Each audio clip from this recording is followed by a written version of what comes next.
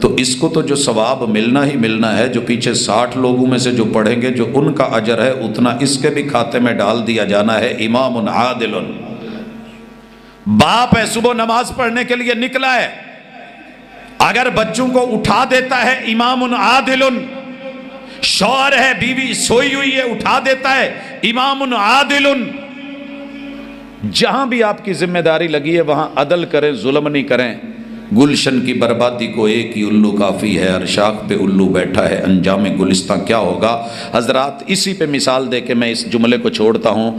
تیرے رب نے یہ سر دیا ہے، عدل کر، صرف رب کے در پہ رکھ، تو انسان ہے، فرقوں سے ذرا ہٹ کے سوچ۔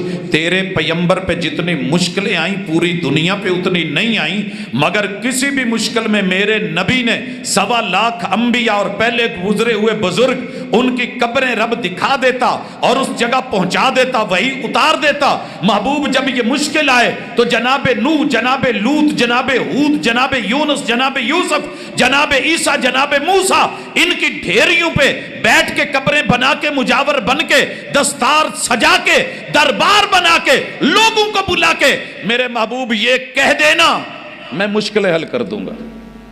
مگر تیرے رب نے محبوب کو کہا جب بھی مشکل آئے تو میرے در پہ آ جایا کر، مشکلوں کو کہہ آیا کر، مشکلوں تم چھوٹی ہو ان کو ٹالنے والا بڑا ہے۔